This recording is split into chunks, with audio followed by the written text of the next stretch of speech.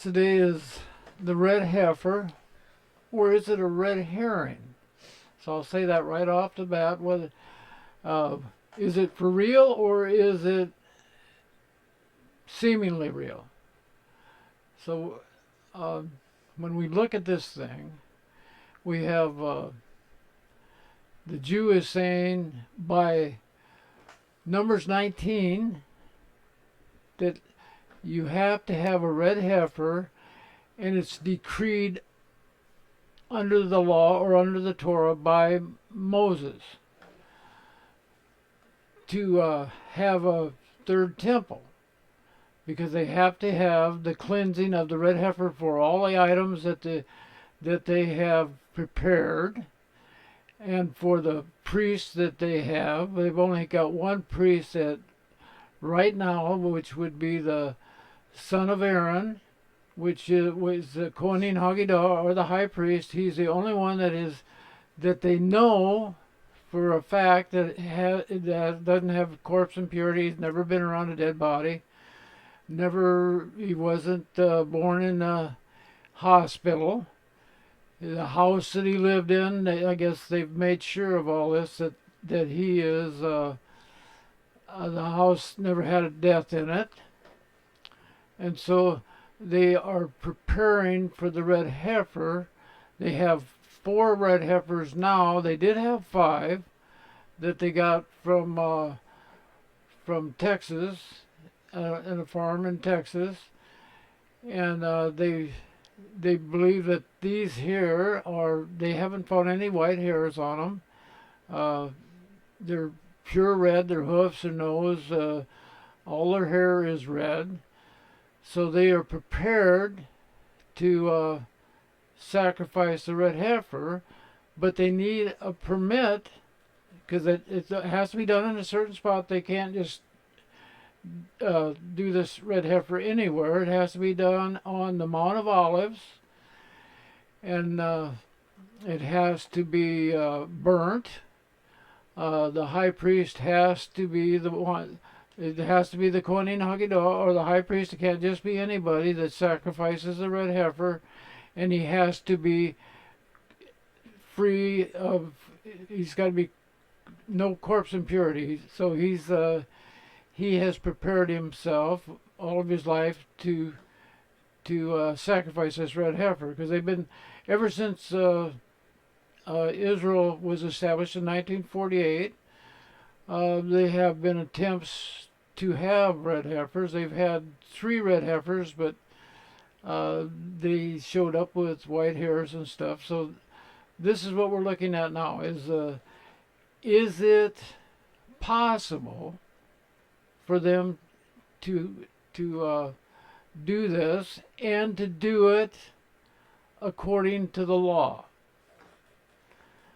And so we go into, like this one says, Israel's red heifer will soon be at the age of sacrifice, which it already is. It's 4 years old, but some debate. See, there's a lot of debate, because Numbers 19 is not clear on if you can have a red heifer from the United States. Some say yes, some say no. There's all kinds of argument, but they're going to go ahead with this one that came from the United States. It wasn't, what I can see, it wasn't born in the land like some say it has to be born in the land. So is it legitimate? I mean, even if they sacrifice it, even if they got the sacrifice, is it legit? Is it truly a decree from God himself? Because that's where the decree, Moses gave the decree, but the decree was from God himself. So we're talking about God in the picture, not everything you can see right now. Physically, it looks to be real. It looks to be like it's actually going to happen. But we got some problems. What we got up on the screen there is we're talking about the altar. They got to have the altar. It has to be in the Mount of Olives, and they've got to have the rabbi. They got to have all this stuff. Which they have all that stuff already. Yeah, they have it. They have it already. So the Temple Institute is all set up to be ready to sacrifice. Right. They've got, what I understand, they have 500 Levi, and then they have the Kohen Hagadar, the priest. So they got all the temple instruments made. They have all of the priests trained for when the temple goes up, that they can go in there and legitimately operate the place. They have, but the only instrument that they don't have, and they didn't have that, and most people don't realize that they didn't have the Ark of the Covenant in the second temple, and they don't have it yet today. They can't rebuild it, but maybe they'll try, but they can't rebuild it. It's because everything had to be decreed by God. In fact, the instruments that they have, I don't see any decree from God on the instruments they have for the temple today. A lot of people think that the true instruments for the temple are buried out in Qumran, but nobody is able to uncover them, or they think they know where the locations are.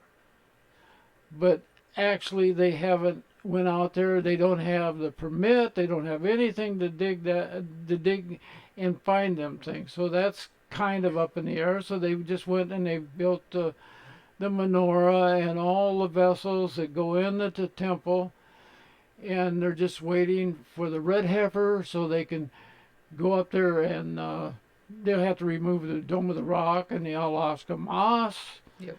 And so that's where the next problem comes in.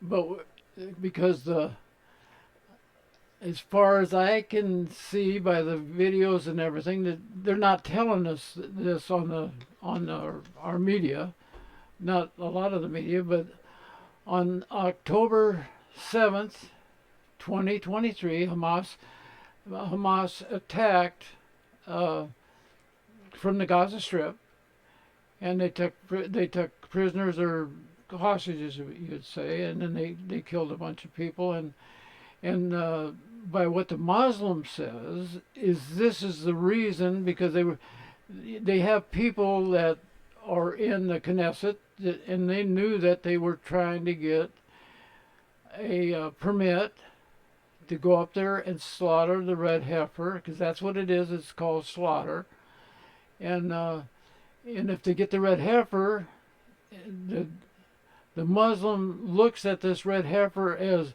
it will be the key for the attack to the mosque, to the Dome of the Rock, and they'll be able to unite the people behind this movement of the red heifer. Because if you got the red heifer, you, as far as the Jew is concerned, by the law, by the Torah, they have what they need to build the temple, which they haven't been able to build for 2,000 years because they don't have a red heifer. They don't have the ashes of the final red heifer. There was 9 red heifers slaughtered, and this would be the 10th red heifer. Now, some of the early teachers taught that it would be the Messiah or the Mashiach that would bring the red heifer, slaughter it, build the temple. But the Temple Institute has taken upon themselves to do all of this.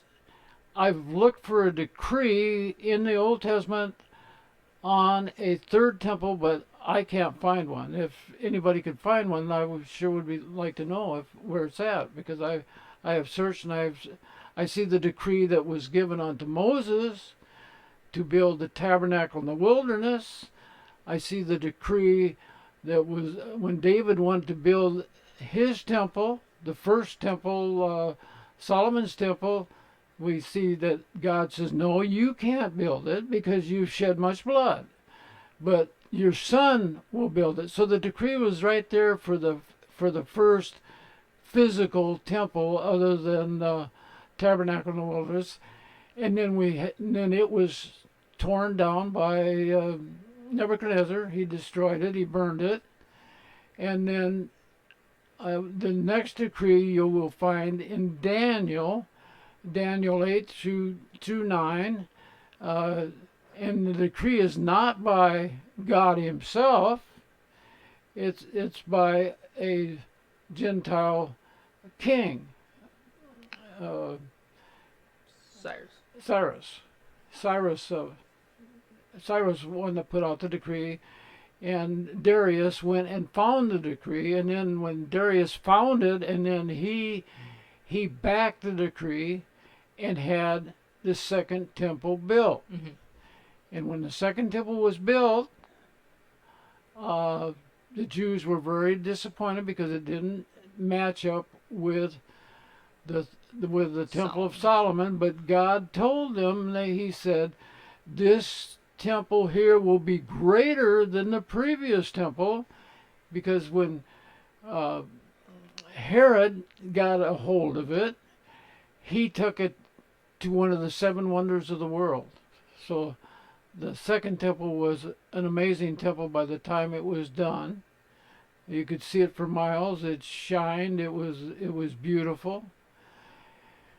And so that's what we're looking at here. There's a lot of fervor to rebuild the third temple, but I can't find a decree for it. Right. Other than the New Testament, they take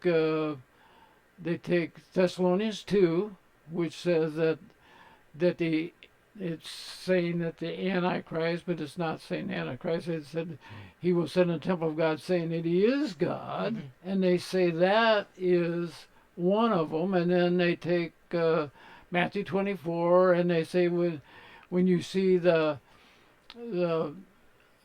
desolation and desecration standing where it ought not, spoken by the prophet Daniel, they say that is it. And then they take Revelations 11 and say, when he tells John to take a rod and measure the temple, that is it. But for me, when you measure something, that means it's standing.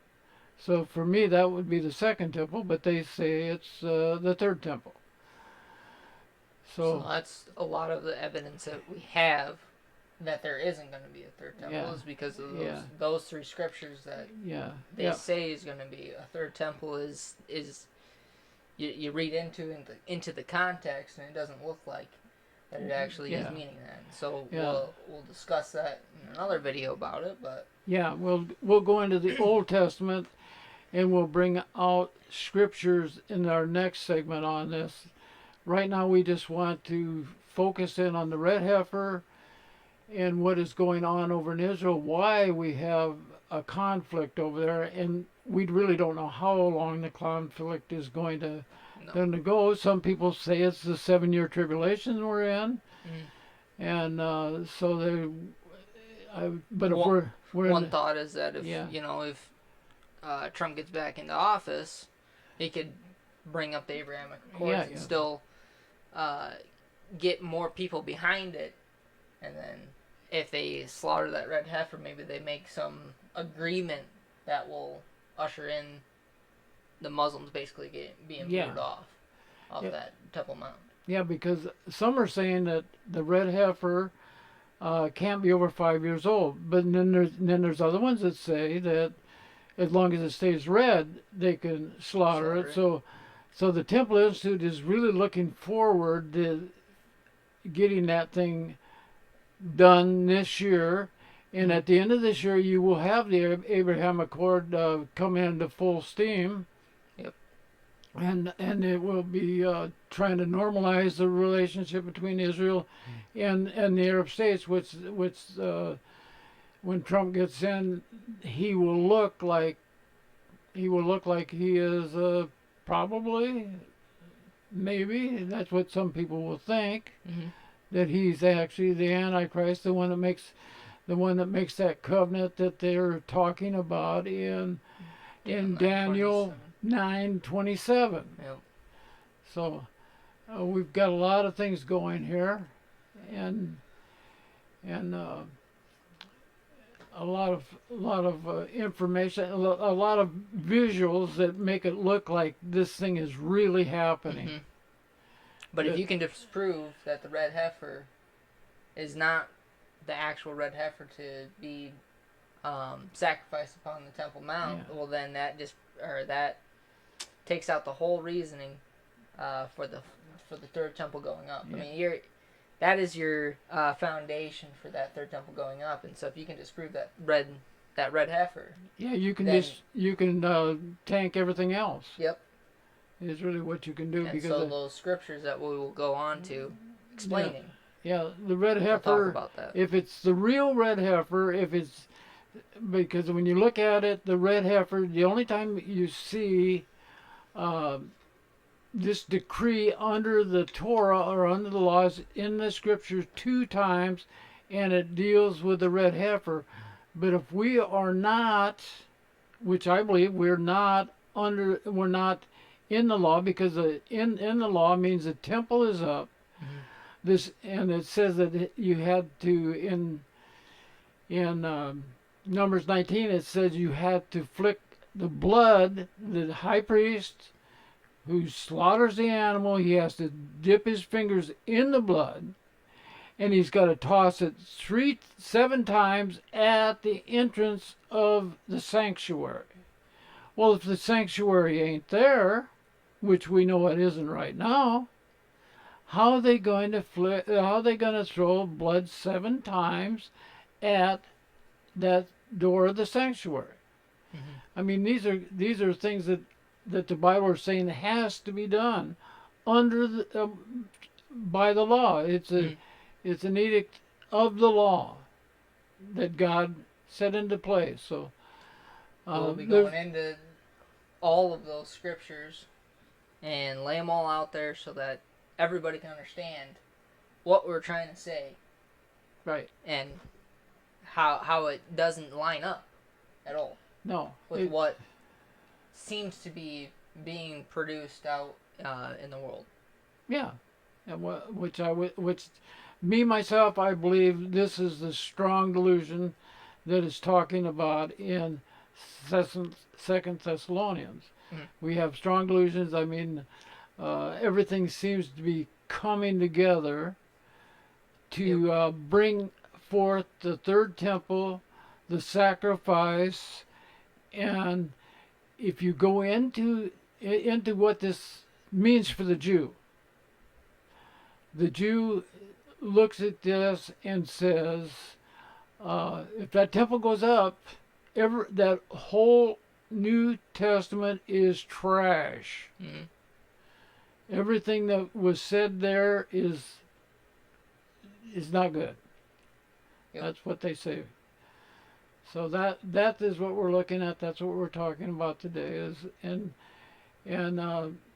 we want to get into a scripture based from the Old Testament and taking some of the word study from the New Testament, which they've translated one way, and we want to take the Greek words and show that it's saying something beyond what they when they translated it. The translators translated it one way, but we want to show the real words, mm-hmm. what it says, and how it puts this picture into perspective. Yep. So that's what we want to do. So we'll do that in another segment.